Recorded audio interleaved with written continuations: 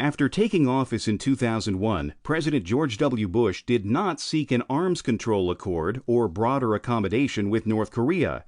He and his closest advisors disparaged the ROK Sunshine policy to open up the North as naive and misguided. Having placed North Korea on a putative axis of evil in January 2002, the White House instructed Assistant Secretary of State James Kelly to fly to Pyongyang in October and accuse the DPRK of opening a uranium enrichment facility to skirt its obligations under the agreed framework. The ensuing confrontation led each side to terminate a deal that had halted the North's plutonium production for 8 years.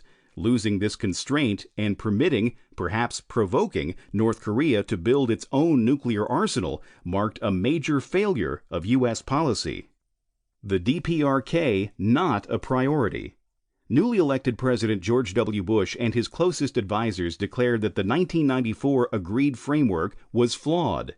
The president said that Kim Jong-il behaved like a petulant, spoiled child who, given what he wants, demands ever more. As in earlier times, Korea was not a priority for Washington. When Bush took office, the U.S. Defense Department could not say whether North Korea's military assets had increased or diminished in recent years. The Pentagon did not know if the DPRK had nuclear weapons, and if it did, how many. Its contingency plans for dealing with North Korea had not been updated for years.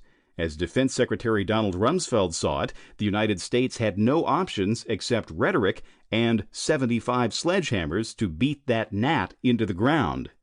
Unilateralist hardliners controlled U.S. policy toward North Korea and most other foreign issues in the George W. Bush administration, at least until its second term. Vice President Dick Cheney argued that regime change in Pyongyang was the only way to end the nuclear threat from North Korea. Cheney and his staff demanded terms that they knew Pyongyang would refuse: complete, verifiable, irreversible dismantlement, or CVID, of North Korea's nuclear program before the United States made any material concessions. By contrast, Secretary of State Colin Powell thought that negotiations with the DPRK could be useful, as did Condoleezza Rice after she became Secretary of State in 2005. But Powell's deputy on arms control, John R. Bolton, sought to block and often succeeded in sabotaging any movement toward an accord. Leaders in Europe as well as in South Korea were shocked by Bush's aggressive unilateralism on a whole range of issues.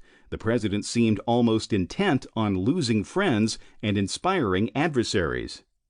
Hostility to law and transparency. President Bush and his entourage opposed any curb on his actions. Whereas the United States usually supported and tried to shape international law, the Bush White House rejected the Kyoto Protocol and the UN Framework Convention on Climate Change, unsigned the Rome Statute of the International Criminal Court, and abrogated the ABM Treaty.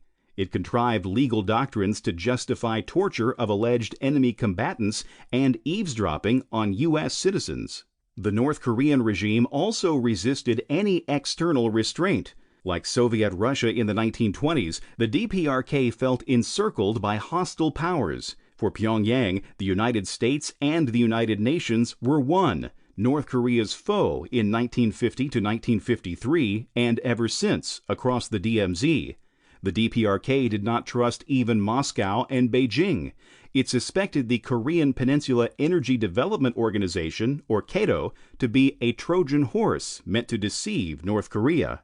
Both the Bush team and Pyongyang resisted transparency. Each played its cards close to its vest. Neither communicated fully with its subjects or its potential partners abroad. The United States, of course, remained a far more open society than North Korea, but multiple revelations about the lead into the Iraq War showed how those in power could manipulate information to deceive the public, Congress, and foreign governments.